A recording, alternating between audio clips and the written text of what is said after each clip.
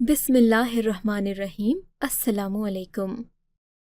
میری ساس صبح صبح ہی مجھ سے عجیب ضد کرنے لگیں، چلو میرے ساتھ کفن کی دکان پر، میں کفن لے کر گھر میں رکھنا چاہتی ہوں۔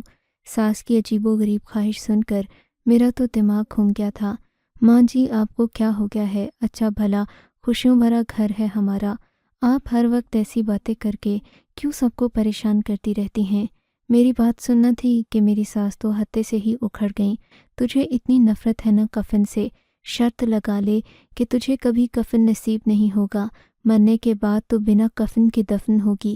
میری ساس ایسی باتیں کر کے میرا بہت دل دکھا رہی تھیں، مگر میں کفن لینے کے حق میں، خریدنے کے حق میں ہرگز نہیں تھی۔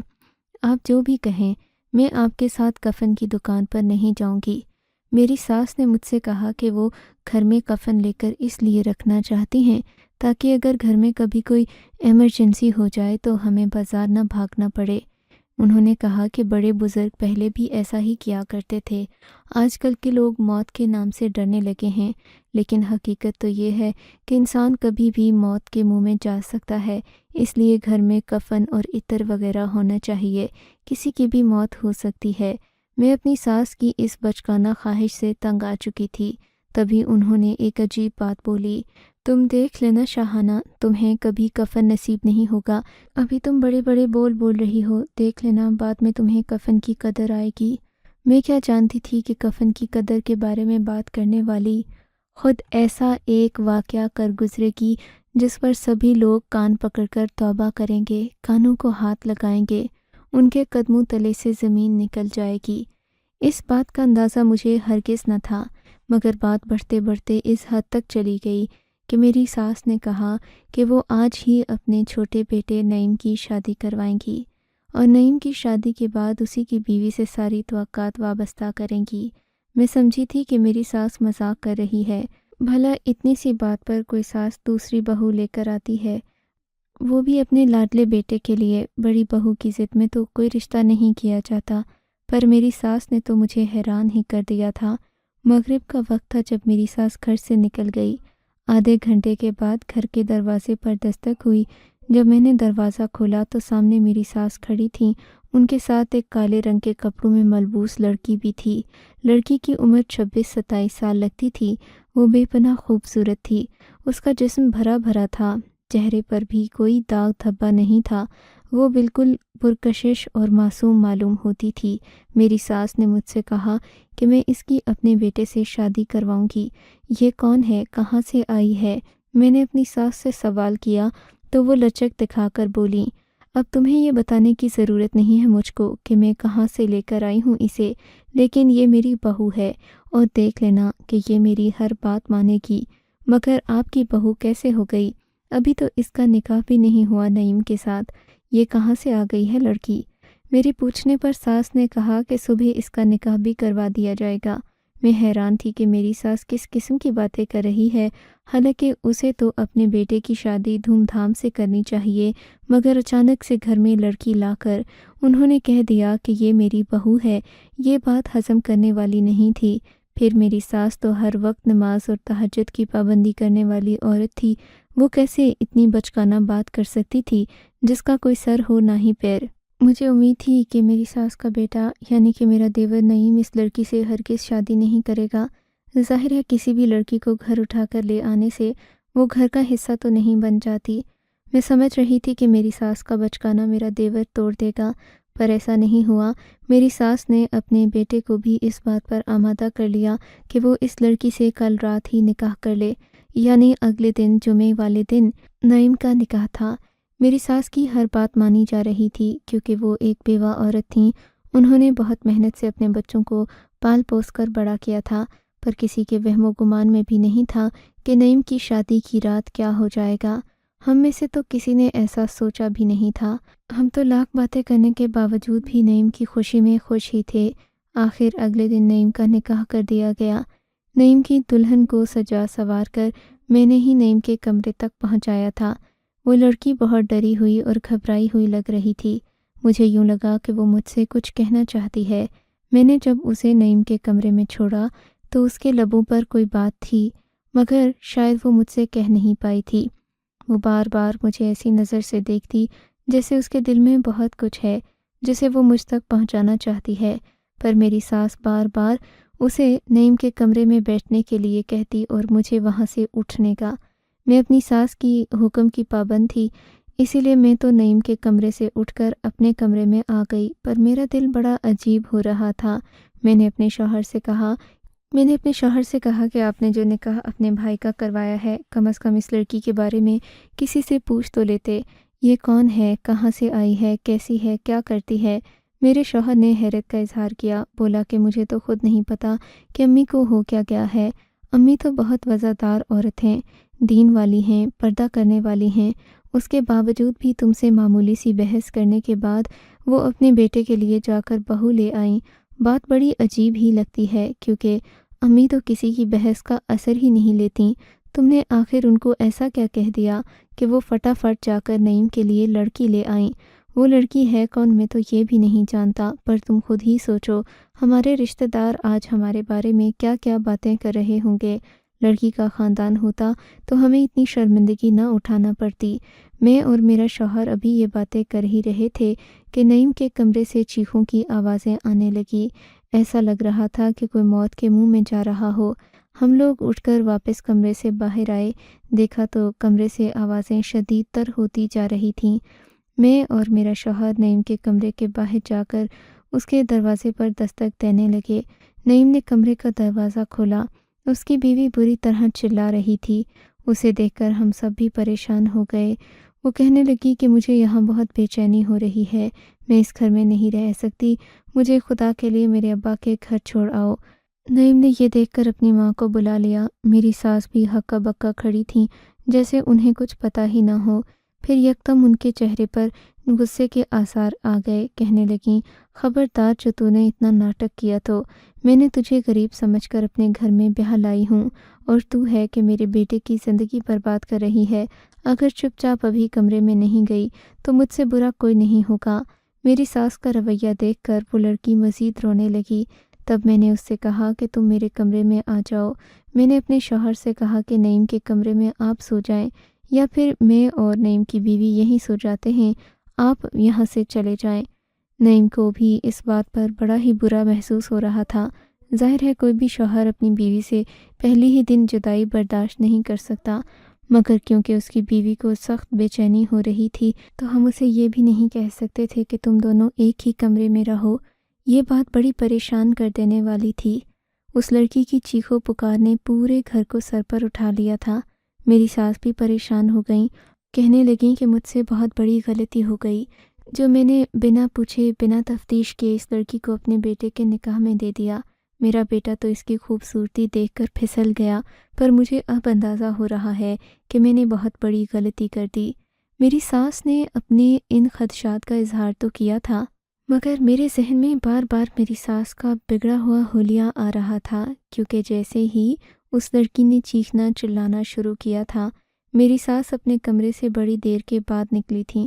عموماً ساسوں کی نظر تو بہو کی ہر آہٹ پر ہوتی ہے، پر یہاں اس لڑکی کی چیخو پکار سننے کے تقریباً 10 منٹ بعد میری ساس اپنے کمرے سے نکلیں، اور اس وقت بھی جب وہ اپنے کمرے سے نکلی تو ان کے چہرے پر ہوائیاں اڑ رہی تھیں۔ حلیہ بگڑا ہوا تھا، ایسے لگ رہا تھا کہ وہ اپنے کپڑے تبدیل کر کے یہاں پہنچی ہیں۔ بال بھی بکھرے ہوئے تھے، سانس اتنا پھولا تھا جیسے کوئی مشق کر رہی ہوں۔ ان کو دیکھ کر میں حیران ہو گئی تھی۔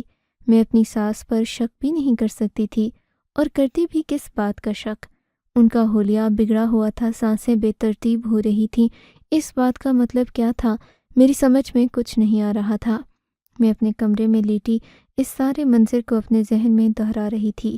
تبھی میرے شوہر نے کہا کہ مجھے کچھ ٹھیک نہیں لگ رہا، پتہ نہیں کیوں ایسا لگتا ہے کہ کل کچھ ہو جائے گا۔ تمہیں پتہ ہے کہ اماں نے گھر میں 2-3 کفن بھی بنا رکھے ہیں، وہ کہتی ہیں کہ گھر میں ایسی صورتحال کے لیے کفن ہونے چاہیے۔ میں تو اپنی ساس کی اس بات پر حیران رہ گئی تھی کہ ساس بار بار کفن لا کر گھر میں کیوں رکھے ہوئے ہیں، اور پھر مجھ سے معمولی سی بحث کرنے کے بعد ان کا نئی بہو لانا میری سمجھ سے باہر تھا۔ اب میرا دیور اور وہ لڑکی یعنی میری دیورانی الگ الگ کمروں میں تھے، لیکن مجھے صبح ہونے کا انتظار تھا۔ صبح جب میری آنکھ کھلی تو میری ساس نے نیا شور مچا دیا۔ بولی کہ یہ تو غضب ہو گیا ہے، بہو تو مل ہی نہیں رہی، بہو رانی گھر سے غائب ہو گئی ہے۔ لگتا ہے کہ رات والی بات پر اس نے ناراضگی اختیار کر لی ہے۔ آج کل کی لڑکیوں میں تو ذرا صبر نہیں، شوہر سے 2 دن دور ہو جائیں تو ان کی حالت خراب ہو جاتی ہے۔ میری ساس میرے دیور نعیم کو ڈانٹ رہی تھیں، بولیں کہ جاؤ جا کر صفیہ کے گھر سے اسے واپس لے آؤ، ابھی تو اس کے نکاح اور شادی کو 1 ہی دن ہوا ہے، ایسے صفیہ کے گھر جا کر بیٹھ جائے گی تو اچھا نہیں لگے گا۔ اب مجھے پتہ چلا کہ میری ساس نے دراصل محلے کی ایک معمولی سی غریب عورت صفیہ کے گھر سے اپنی بیٹے کا رشتہ کیا تھا، پر یہ رشتہ اتنی اچانک کیوں کیا تھا اس بات کا مجھے نہیں پتہ تھا۔ بہرحال میرے دیور نے کہا کہ میں چلا جاؤں گا اسے لینے، پر اس بات کی کوئی گارنٹی نہیں ہے کہ وہ صفیہ خالہ کے گھر ہی گئی ہے، ہو سکتا ہے کہ وہ رات کو ہی گھر چھوڑ کر چلی گئی ہو۔ میں تو اس کے کمرے میں بھی نہیں سویا تھا۔ میری ساس نے اپنے بیٹے سے کہا کہ بیوی ناراض ہو جائے تو شوہر کو ہی جانا پڑتا ہے، اس لیے تم جاؤ، جا کر اسے منا کر لے آؤ۔ اس وقت میری ساس کافی مطمئن لگ رہی تھیں، مگر میرا دل بڑا پریشان تھا۔ میرے دیور کے گھر سے جانے کے بعد میں نے دیکھا کہ میری ساس اپنے کمرے میں جا رہی تھیں، کہنے لگیں کہ میں اپنے کمرے میں کوئی کام کر رہی ہوں۔ یہ کہہ کر انہوں نے کمرے کا دروازہ بند کر دیا تھا، پر مجھے حیرت اس بات پر ہو رہی تھی کہ میری ساس اتنی جلدی کمرے کا دروازہ بند نہیں کرتی تھیں، وہ بھی دن دہاڑے تو ہرگز نہیں۔ میرے ذہن میں آیا کہ کیوں نہ جا کر میں اپنی ساس کے کمرے میں جھانکوں، دیکھوں کہ وہ کمرے میں ایسا کیا کرتی ہیں کہ ہمیں کمرے سے باہر نکال دیتی ہیں، یا پھر گھر والوں سے پردہ کر لیتی ہیں، اپنے کمرے کا دروازہ بھی بند کر دیتی ہیں۔ اسی بات کی وجہ جاننے کے لیے میں اپنی ساس کے کمرے میں بنی کھڑکی کے پاس کھڑی ہو کر اندر جھانکنے لگی۔ تب میں نے دیکھا کہ میری ساس تو اپنے کمرے میں موجود صندوق کے اندر رکھے کفن اپنے ہاتھ میں رکھے دیکھ رہی تھی۔ جیسے میری ساس غور سے کفن کو دیکھ رہی تھی، ایسا لگ رہا تھا کہ وہ کفن میں بہت زیادہ دلچسپی رکھتی ہیں۔ مجھے ان پر ترس آنے لگا، سوچنے لگی کہ شاید بڑھاپے کی وجہ سے وہ موت کا وہم اپنے سر میں، اپنے ذہن پر سوار کیے بیٹھی ہیں۔ عموماً ہوتا بھی ایسے ہی ہے، جب بوڑھے لوگ اپنی موت کے بارے میں بہت زیادہ سوچتے ہیں تو کفن اور عطر وغیرہ جمع کرنا شروع کر دیتے ہیں، پر مجھے اپنی ساس سے، ان کے حلیے سے، ان کی آواز سے ایسا محسوس ہرگز نہیں ہوتا تھا۔ میں اپنے کمرے میں آ گئی۔ ابھی 2 گھڑی بھی سکون کی گزری نہیں تھی کہ فون کی گھنٹی زور زور سے بجنے لگی۔ میں نے فون اٹھایا تو یہ فون ہسپتال سے تھا۔ میرے دیور نعیم کا نام پوچھ کر بتایا جانے لگا کہ نعیم صاحب کا ایکسیڈنٹ ہو گیا ہے، وہ کوما میں جا چکے ہیں، جبکہ ان کے ساتھ ایک عورت بھی موجود تھی۔ عورت تو اپنی جان کھو چکی ہے، وہ جاں بحق ہو گئی ہے۔ آپ لوگ آ کر ایک لاش لے جائیں، اور دوسرا نعیم صاحب ہوش میں نہیں آ رہے، وہ کوما میں ہیں، ان کے لیے بھی بندوبست کرنا ہوگا، ان کا آپریشن کرنا پڑے گا۔ اگر آپ چاہتے ہیں کہ ان کا آپریشن فوری طور پر ہو تو فوراً آ کر اپنے مریض کی دیکھ بھال کی خبر لیں۔ یہ بس سننا تھا کہ میرے قدموں تلے سے زمین نکل گئی۔ میں نے جا کر اپنی ساس کو فوراً اس خبر سے آگاہ کیا تو کہنے لگیں، میری بہو مر گئی، میں نے کل ہی اپنے بیٹے کی شادی کی تھی، مگر میرے ساتھ یہ ہونا تھا میں نے سوچا بھی نہیں تھا۔ اس عمر میں تو مجھے مرنا چاہیے تھا، مرنے کی عمر میری ہے، پر وہ جوان لڑکی اس دنیا سے چلی گئی، اللہ اسے جنت میں جگہ دے۔ میری ساس کی آنکھوں سے آنسو بہنے لگے۔ مجھے تو بیچارے نعیم پر ترس آ رہا تھا، جو اپنی بیوی کو لینے اپنی ساس کے گھر گیا۔ راستے میں نعیم کا بہت برا حادثہ ہو گیا تھا، جس میں اس کی بیوی کی جان چلی گئی تھی۔ یہ بات بڑی پریشان کن تھی، سمجھ میں نہیں آتا تھا کہ کیا کیا جائے۔ ہمیں جس ہسپتال سے کال آئی تھی، ہم لوگ فوراً وہاں پہنچ گئے۔ میرے شوہر نے مجھ سے کہا کہ میری بھابھی کے گھر والے تو اتنے امیر نہیں ہیں، کفن دفن کا خرچہ بھی وہ اٹھا نہیں سکتے، اور ہم غسل دینے والی لڑکی کہاں سے لائیں گے؟ ایسا کرتے ہیں، ہسپتال والوں کو 5,000 روپے دے دیتے ہیں، وہی لاش کو نہلا دھلا کر کفن پہنا دیں گے۔ اس سے اچھا ہے کہ اماں کو بھی یہ سب کچھ نہیں کرنا پڑے گا۔ شکر ہے کہ ہمارا بھائی بچ گیا، ورنہ ہم کہاں جاتے، ہمارے لیے تو وہ گھر کی رونق ہے۔ نعیم بے ہوشی کی حالت میں تھا۔ میری ساس بار بار فون کر کے ہم سے ہسپتال کے حالات کے بارے میں اور اپنے بیٹے کی طبیعت کے بارے میں پوچھ رہی تھیں، پر مجھے ابھی اس وقت بھی اپنی ساس پر شک اس لیے ہو رہا تھا کیونکہ وہ ہمارے ساتھ ہسپتال آنے کی بجائے خود گھر میں بیٹھی تھیں۔ حالانکہ ایسے موقع پر مائیں تو بہت بے چین ہو جاتی ہیں، خاص کر جب ان کے بیٹے کو ہلکی سی چوٹ بھی آ جائے تو ماں ایسے نہیں رہ سکتی جیسے کہ میری ساس بنا کسی فکر کے مطمئن بیٹھی تھیں۔ بات بڑی حیران کن تھی۔ میرا ذہن بار بار اپنی ساس کی طرف ہی جا رہا تھا، لیکن اس سے زیادہ فکر میرے شوہر کو ہو رہی تھی۔ ظاہر ہے گھر میں ان کی ماں اکیلی تھیں۔ میرے شوہر نے ایک ایمبولینس کرائے پر لے لی اور اسی میں میری دیورانی کی لاش کو رکھا گیا تھا۔ مجھے تو بیچاری لڑکی پر ترس آ رہا تھا جو شادی کے پہلے ہی دن اپنی زندگی کی بازی ہار گئی تھی۔ لیکن بس جو نصیب میں لکھا ہو وہ تو ہو کر رہتا ہے۔ ہم لوگ جب گھر پہنچے تو میری ساس نے گھر میں سب عورتوں کو بتا کر اکٹھا کر لیا تھا کہ ان کی بہو شادی کے دوسرے ہی دن اپنی جان سے چلی گئی۔ جب ہم لوگ ایمبولینس لے کر پہنچے تو میری ساس نے روتے پیٹتے ہمیں بتایا کہ گورکن نے تو قبر کھودنے کے لیے 5,000 روپے مانگے ہیں۔ بہرحال وہ 5,000 روپے بھی میرے شوہر نے انہیں دے دیے تھے۔ 5,000 روپے لینے کے بعد میری ساس نے پھر سے رونا پیٹنا شروع کر دیا۔ ارے میں تو مر گئی، میں نے تو سوچا بھی نہیں تھا کہ میری بہو اتنی جلدی اس دنیا سے چلی جائے گی، مگر میں نے جو کفن خریدا تھا، جو میرے کام آنا تھا، جس میں میں نے دفن ہو کر اس دنیا سے جانا تھا، وہ تو میری بہو کے کام آئے گا۔ میں نے یہ کب سوچا تھا، میں نے یہ کب چاہا تھا۔ میری ساس بڑے بین کر رہی تھیں، مگر پھر جیسے انہیں اچانک کچھ یاد آ گیا، وہ اپنے کمرے میں گئیں اور جب واپس آئیں تو ان کے چہرے پر مزید پریشانی تھی۔ رو رو کر انہوں نے اپنا برا حال کر دیا۔ ایک پرچی انہوں نے اپنے ہاتھ میں تروڑ مروڑ کر پکڑی ہوئی تھی۔ وہ پرچی بار بار پڑھتیں اور ہچکیاں لے کر روتیں۔ کیا ہوا ہے اماں جی، آپ اتنا کیوں رو رہی ہیں؟ میں نے ان سے پوچھا تو انہوں نے بڑا بھیانک انکشاف کیا۔ کہنے لگیں کہ تم نہیں جانتی اصل میں ہوا کیا ہے۔ تمہاری دیورانی کو پتہ نہیں کیسے علم تھا کہ وہ اس دنیا سے چلی جائے گی۔ اس نے مرتے ہوئے یہ وصیت کی کہ اسے بنا کفن کے دفنایا جائے۔ لو بھلا یہ کیسی خواہش ہے؟ مرتے مرتے کوئی ڈھنگ کی بات کہہ کر جاتی تو شاید میں اس کی وصیت پوری بھی کر لیتی، مگر یہ وصیت کیسے پوری کروں؟ میری ساس کا رونا دھونا دیکھ کر آس پاس کی عورتوں نے بھی اپنے منہ پر ہاتھ رکھ لیا تھا۔ کسی کو یقین نہیں آ رہا تھا کہ نعیم کی بیوی مرتے مرتے ایسی وصیت کر جائے گی جس پر عمل کرنا بھی مشکل ہو جائے گا۔ میری ساس کا رونا دھونا دیکھ کر مجھے بہت افسوس ہو رہا تھا۔ آہستہ آہستہ محلے کے سبھی لوگ جمع ہونے لگے تھے، پر میری ساس نے کہا کہ اب میں گھر کے اندر کسی کو داخل نہیں ہونے دوں گی۔ پھر ایک عجیب اعلان کر دیا۔ کہنے لگیں کہ میں اپنی بہو کی وصیت پر بھی پورا عمل کروں گی۔ اگر اس نے ایک وصیت کی ہے تو اس کے پیچھے کوئی نہ کوئی حکمت تو ہوگی ہی، اسی لیے میں اپنی بہو کی اس بات پر عمل ضرور کروں گی جو اس نے اپنی آخری وصیت میں لکھی ہے۔ میں اسے کفن کے بنا ہی دفن کروں گی، مگر ایسا کرنے کے لیے میں خاص انتظامات کروں گی۔ سبھی عورتیں حیرت زدہ رہ گئی تھیں۔ آپ اپنی بہو کو بنا کفن کے کیسے دفن کریں گی؟ یہ تو لاش کی بے حرمتی ہو جائے گی۔ محلے کی ہی ایک عورت نے کہا تھا۔ میری ساس نے اپنے ماتھے پر ہاتھ مار کر پیٹنا شروع کر دیا۔ تو پھر مجھے ہی کچھ کرنا پڑے گا، سوچنا پڑے گا۔ میں اپنی بہو کی وصیت کو مکمل طور پر نظر انداز بھی تو نہیں کر سکتی۔ تم لوگ میرے دل کی حالت کو بھی تو سمجھو۔ میں اپنی بہو کو کل ہی لے کر آئی تھی۔ میں نے اسے کل ہی بیاہ کر اپنے بیٹے کے پاس لایا تھا، اس کی امانت بنایا تھا، اور اب دیکھو، اب میں اتنی جلدی کیسے مان لوں کہ میں اپنی بہو کو اس کی وصیت پوری کیے بغیر ہی زمین میں دفنا دوں؟ ایسا کر لیتی ہوں کہ کل اپنی بہو کو دفناؤں گی۔ آج رات یہ میرے پاس ہی رہے گی، کل اللہ کرے میرا بیٹا بھی ہوش میں آ جائے۔ میری ساس کی یہ بات سننا تھی کہ سب لوگ ہکا بکا رہ گئے۔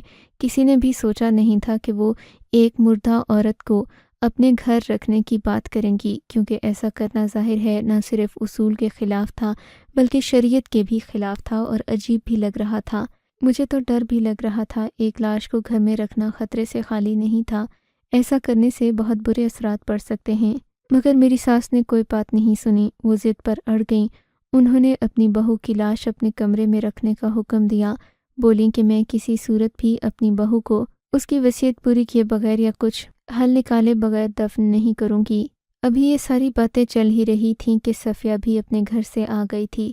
صفیہ بیچاری غریب پسی ہوئی محلے کی عورت تھی، مگر وہ کچھ چپ چپ سی تھی۔ مجھے حیرت اس وقت ہوئی جب وہ آ کر میری ساس کو تسلیاں دینے لگی۔ صفیہ کے تو چہرے پر کوئی غم کے آثار نہیں تھے۔ لگتا تھا کہ بیٹی صفیہ کی نہیں، میری ساس کی فوت ہوئی ہے۔ وہ بار بار میری ساس کو تسلیاں دے رہی تھی۔ محلے کی عورتیں پریشان ہو رہی تھیں، صفیہ کی ہمت کو داد دے رہی تھیں کہ وہ ایسا کیوں کر رہی ہے۔ بہرحال لاش کو میری ساس کے کمرے میں پہنچا دیا گیا تھا، کیونکہ بقول میری ساس کے وہ پوری رات بیٹھ کر سوچیں گی کہ انہیں کیا کرنا ہے۔ آہستہ آہستہ میری ساس کی ضد کے سامنے سب لوگوں نے سر جھکا لیا تھا۔ کسی میں بھی ہمت نہیں تھی کہ وہ میری ساس سے اختلاف کر سکے یا انہیں قائل کر سکے کہ آپ کو اپنی بہو کو دفنا دینا چاہیے، میت گھر میں رکھنا کوئی اچھی بات نہیں ہے۔ سب لوگوں کے گھر سے جانے کے بعد میری ساس نے اپنے کمرے کا دروازہ بند کر لیا۔ اب دوسری بار میری ساس نے دروازہ بند کیا تو مجھے ان کی ذہنی حالت پر شک ہونے لگا تھا۔ مجھے پکا یقین ہو گیا تھا کہ وہ ذہنی طور پر صحیح نہیں ہیں۔ اگر ان کا ذہنی توازن صحیح ہوتا تو یقیناً وہ ایسی بات نہیں کرتیں۔ آدھی رات کو میری ساس کے کمرے سے چیخنے چلانے کی آوازیں آنے لگیں۔ ہم لوگوں کو مجبوراً اپنی ساس کے کمرے میں جانا پڑا۔ میری ساس رو رو کر پاگل ہو رہی تھیں، ان کی چیخیں کمرے سے باہر جا رہی تھیں۔ ہم لوگ حیران تھے کہ وہ ایسا کیوں کر رہی ہیں، پر جب میری نظر کفن میں موجود لاش پر پڑی تو میری اور میرے شوہر کی بھی چیخیں نکل گئی تھیں۔ خاص کر میرے شوہر کے تو قدموں تلے زمین نکل گئی، وہ وہیں رونے بیٹھ گئے تھے۔ نعیم کی بہن کے مرنے کا میں نے تو کبھی سوچا بھی نہیں تھا۔ میرے تو گمان میں بھی نہیں تھا کہ کفن میں لپٹی لاش صفیہ کی بیٹی کی نہیں بلکہ میری ساس کی اپنی بیٹی کی ہے، اور اسی وجہ سے تو صفیہ نے اپنے زیادہ غم کا اظہار نہیں کیا تھا۔ یہ راز تو بعد میں کھلا کہ نعیم اپنی بہن سے ملنے کے لیے گیا تھا۔ پہلے وہ اپنی بہن سے مل کر اس کے بعد صفیہ کے گھر جانے والا تھا۔ بہن بھی شادی کی دعوت میں نہیں آئی تھی، اس نے کہا میں بھی ساتھ چلتی ہوں۔ راستے میں حادثہ ہو گیا اور یوں بات کہاں سے کہاں پہنچ گئی۔ میری ساس کو اب احساس ہو چکا تھا کہ سامنے موجود لاش ان کی اپنی بیٹی کی ہے۔ وہ دھاڑے مار مار کر رونے لگیں، زمین پر ہاتھ مار مار کر بین کرنے لگیں۔ مجھ سے بہت بڑی غلطی ہو گئی، یہ میں نے کیا کر دیا؟ خدا نے مجھ سے میرا سب کچھ چھین لیا۔ لوگوں کبھی بھول کر بھی لالچ مت کرنا، لوگوں کبھی بھول کر بھی لالچ مت کرنا، میری ساس رو رو کر سب کو بتا رہی تھیں، مگر کمرے میں تو صرف میں اور میرا شوہر ہی تھے۔ میں جادو سیکھنا چاہتی تھی، یہ میں نے کیا کر دیا؟ میں نے دیالی کی بات مان کر کفن پر عمل کرنے کے لیے اتنا بڑا جھوٹ بولا۔ کاش کہ مجھے اس وقت پتا ہوتا کہ یہ میری بیٹی کی لاش ہے۔ کاش میں جان جاتی کہ جادو کی نحوست میرے گھر تک پہنچ چکی ہے۔ کاش میں وقت پر سمجھ جاتی تو میں خالی ہاتھ نہ ہوتی۔ میرا بیٹا ہسپتال پہنچ گیا، بیٹی قبر میں پہنچ گئی، اور مجھے کیا ملا؟ اپنی بہو کو نیچا دکھاتے دکھاتے میں کہاں پہنچ گئی۔ میری ساس کا رونا دھونا دیکھ کر مجھے اور میرے شوہر کو تو یقین نہیں آیا کہ یہ سب کچھ بھی ممکن ہے۔ مجھے تو اس وقت اپنی ساس کی ذہنی حالت پر شک ہو رہا تھا، مگر پھر میں نے یاد کیا، بار بار اپنے ذہن میں وہ منظر دہرانے پر مجھے یقین ہو گیا کہ واقعی میری ساس اس جرم میں ملوث تھی۔ بھاری دل سے نعیم اور میرے شوہر نے اپنی بہن کو دفنا دیا۔ میری ساس نے بھی اس کام سے توبہ کر لی، مگر کیا فائدہ جب ایک گناہ سے اپنے گھر میں اتنے سارے نقصان کروا لیے، اور اپنے بیٹے کی شادی بھی صفیہ جیسی غریب عورت کی بیٹی سے صرف اس لیے کروائی کہ وہ اسے اپنے عوامل کا حصہ بنا سکیں۔ میری ساس نے ایک نہیں بلکہ بہت ساری غلطیاں کی تھیں، اور اب انہی غلطیوں کا خمیازہ انہیں زندگی بھر بھگتنا تھا، کیونکہ صفیہ کی بیٹی کوئی تربیت یافتہ سلجھی ہوئی غریب لڑکی نہیں تھی، بلکہ وہ ایک منہ پھٹ اور زبان دراز لڑکی تھی۔ اپنے بیٹے کو انہوں نے مجبور نہ کیا ہوتا تو شاید کوئی سلجھی ہوئی لڑکی بھی مل جاتی، مگر کہتے ہیں نا کہ انسان کی نیت کھوٹی ہو تو خواہ ہی اسے زندگی میں نقصان اٹھانے پڑتے ہیں، اور شاید یہی کچھ میری ساس کے ساتھ بھی ہوا تھا۔ آپ کو اگر یہ کہانی اچھی لگی ہے تو اس ویڈیو کو لائک کیجیے، اور اس طرح کی مزید کہانیاں سننے کے لیے ہمارے چینل کو ضرور سبسکرائب کیجیے۔ کہانی سننے کا شکریہ۔ آپ سے ملاقات ہوگی اگلی ویڈیو میں، تب تک کے لیے اللہ حافظ۔